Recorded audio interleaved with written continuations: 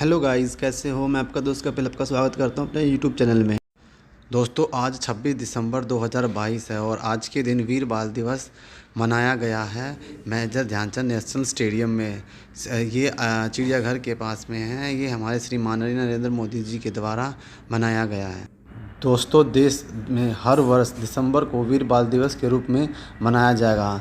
बाबा जोरावर सिंह और बाबा फतेह सिंह के बलिदान को किया जाएगा याद। गुरु गोविंद सिंह जी के दोनों बेटों को जिंदा दीवार में चुनवा दिया था इस दिन।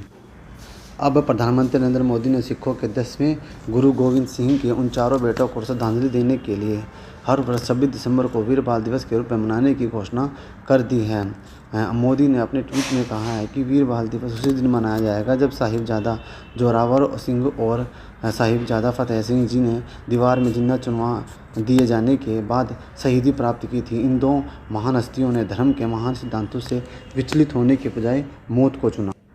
प्रधानमंत्री जी आगे कहते हैं, माता गुजरी श्री गोविंद सिंह जी की और 4 साहिबजादों की बहादुरी और आदर्शों ने लाखों लोगों को ताकत दी है। उन्होंने कभी अन्याय के आगे सिर नहीं झुकाया। यह समय की मांग है कि और लोगों को उनके बारे में पता चले।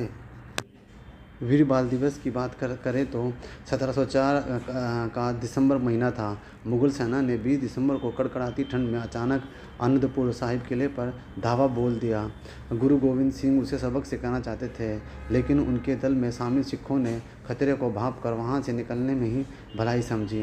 गुरु गोविंद सिंह भी जत्थे की बात मानकर पूरे परिवार के साथ आनंदपुर किला छोड़कर चले पड़े और सरसा नदी पर पानी का बहाव बहुत तेज था। इस कारण नदी पार करते समय वक्त गुरु गोविंद सिंह का परिवार बिछड़ गया। गुरु गोविंद के साथ 2 बड़े साहिबजादा बाबा अजीत सिंह और बाबा जुझार सिंह के साथ चमकौर पहुंच गए। उनकी माता गुजरी दोनों छोटे पोतों बाबा जोरावर सिंह और बाबा फतेह सिंह के साथ रह गई। उनके साथ गुरु साहिब का सेवक रहा गंगू भी था।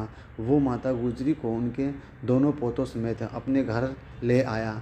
कहा जाता है कि माता गुजरी के पास होने के सिक्कों को देखकर गंगू लालच में आ गया और उसने इनाम पाने की चाहत में कोतवाल में माता गुजरी की सूचना दी थी। माता गुजरी अपने दोनों छोटे पोतों के साथ गिरफ्तार हो गई।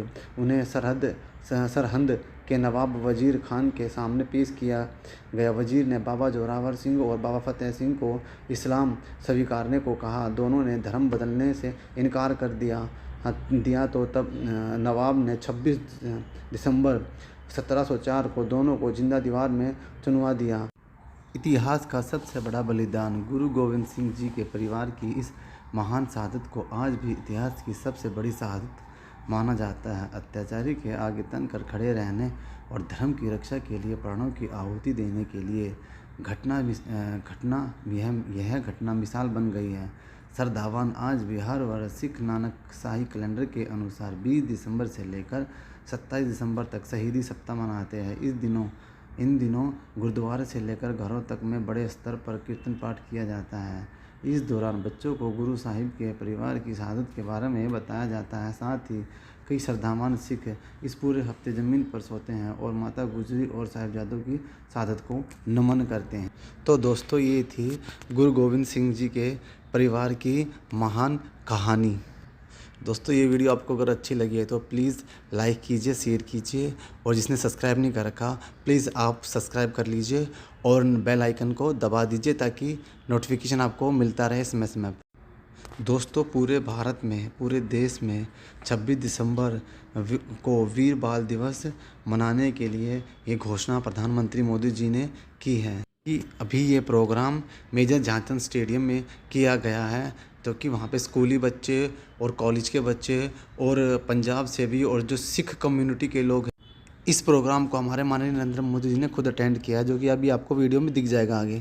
पूर्वजों ने समाज की जरूरत को समझा और भारत को एक ऐसे देश के रूप में गढ़ा जिसकी संस्कृति, पर्व और मान्यताओं से जुड़ी वाली पीढ़ियों के लिए यही जिम्मेदारी हमारी भी। हमें भी उस चिंतन और चेतना को देश स्वाधीनता संग्राम के इतिहास को पुनर्जीवित करने के लिए प्रयास कर रहा है। हमारे स्वाधीनता सेनानियों के, वीरांगनाओं के, आदिवासी समाज के योगदान को जन जन तक पहुंचाने के लिए हम सब काम कर रहे हैं।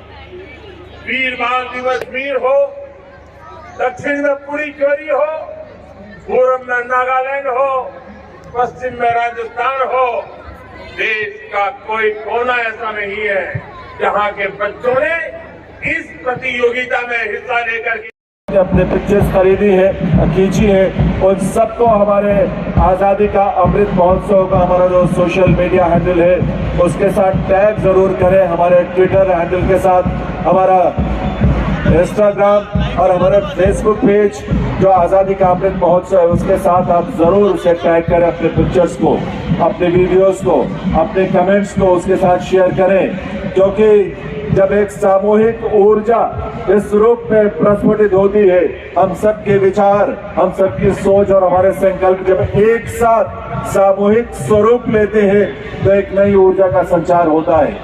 एक व्यक्ति अगर पेट भरने की, जब उन्हें आवश्यकता होती है अपने देश की खुशहाली के लिए, समृद्धि के लिए, इंफ्रास्ट्रक्चर की, ढांचों के निर्माण की, तब वे भारत और भारत के शीर्ष नेतृत्व, भारत के यशस्वी कुटुंबकम को मानने वाला ये देश है। और इसीलिए प्रधानमंत्री महोदय की प्रेरणा से वसुधैव कुटुंबकम का यह संकल्प G20 के साथ जुड़ा है। हमारे गुरु हरकृष्ण पब्लिक स्कूल के अलग अलग दिल्ली के स्कूलों के हमारे बालक और बालिकाएं, ये किशोर आज चाहे अपने वाद्य हो, बैंड दल में शामिल, अपने अपने वाद्यों के साथ हो, या उनके हाथ में जो पताकाएं हैं, उनके मन में जो उत्साह है, जो उमंग है, और सबसे बड़ी बात साहबजादों के प्रति जो आस्था का भाव है, जिस श्रद्धा का भाव है, उसी श्रद्धा के भाव से आज ये सभी वीर बाल दिवस के इस आयोजन में, इस मार्च पास्ट में हिस्सा ले रहे हैं। ये मार्च पास्ट जो यहाँ से आरंभ हुआ है, माननीय प्रधानमंत्री श्री नरेंद्र मोदी जी ने जिसे बड़े श्रद्धा और सत्कार के भाव से इस मार्च पास्ट में वे स्वयं उपस्थित होकर उन्हें यहाँ से रवाना कर रहे हैं और उन्हें अपनी शुभकामनाएं भी दे रहे हैं। ये पीढ़ियों के लिए प्रेरणा बने। हमारे देश के युवा साथी, हमारे देश के बालक और बालिकाएं, किशोर, वे सभी इस बलिदान को जाने, उसे समझें, उसे आत्मसात करें, उन मूल्यों के साथ जुड़े और वो उत्साह और अपनी सोच के साथ अपने व्यक्तित्व और अपने चरित्र में ऐसे मूल्यों को समाहित करने का एक संकल्प भी ले रहे हैं। ऐसे आयोजन के माध्यम से इसका यही प्रभाव होता है और इस आयोजन की अहमियत और इसका महत्व भी इसी रूप में है कि वीर